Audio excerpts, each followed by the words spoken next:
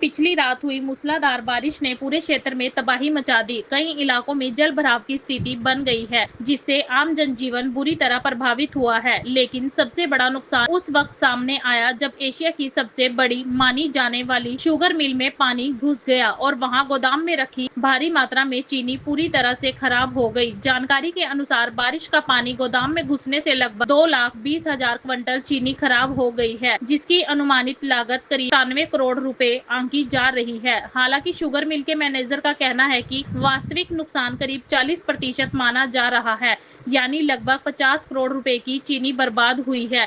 Manager ने media से बातचीत में यह भी संकेत दिया है कि इस नुकसान के पीछे नगर निगम की लापरवाही भी एक बड़ा कारण हो सकता है। उन्होंने बताया कि गोदाम के ठीक पीछे से नगर निगम के नाले गुजरते हैं, जिन पर एनक्रोचमेंट अवैध कब्जे की वजह से जल निकासी बाधित हो गई है। नतीजतन भारी बारिश का सारा पानी गोदाम में घुस आया और गोदाम में रखी करोड़ों की चीनी पानी में बह गई। इतनी बड़ी मात्रा में चीनी के नष्ट हो जाने से न केवल मिल को भारी आर्थिक नुकसान हुआ है, बल्कि इसका प्रभाव स्थानीय और राष्ट्रीय बाजार पर भी पड़ सकता है। आने वाले समय में चीनी की आपूर्ति पर दबाव बढ़ सकता है, जिससे चीनी की कीमतों में इजाफा होने की आशंका जताई जा रही है।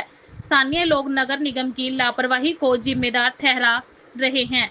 वहीं विशेषज्ञों का मानना है कि अगर इस तरह की लापरवाही आगे भी जारी रही तो यह सिर्फ आर्थिक ही नहीं बल्कि खाद्य सुरक्षा के स्तर पर भी बड़ी चुनौती बन सकती है।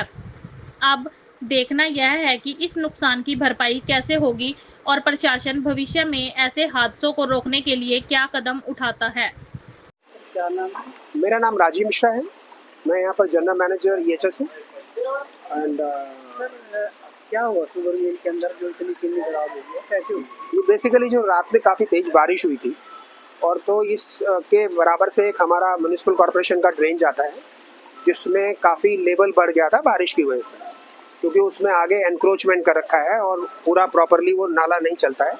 दूसरा, सफाई भी मेरे ख्याल से प्रॉपर नहीं हुई होगी, लेकिन कोशिश की थी, सफाई हुआ था, लेकिन कितना हुआ है वो है। और जो एनक्रोचमेंट है उसकी वजह से लेवल जो था वो काफ़ी ऊंचा, 1-1 मीटर ऊंचा ओरिजिनल लेवल से हो गया था, जिसकी वजह से पीछे से भी और आगे से भी जो उस नाले में नालियाँ मिलती हैं उन सब से पानी आया और पानी आकर ये गोडाउन्स में भर गया due to the higher level of नाला।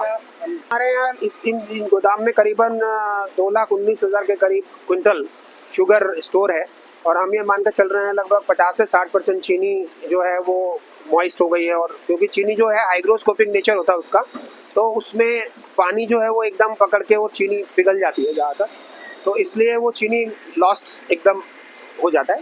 तो हमारे अंदाज से 50 से 60 करोड़ का लॉस है।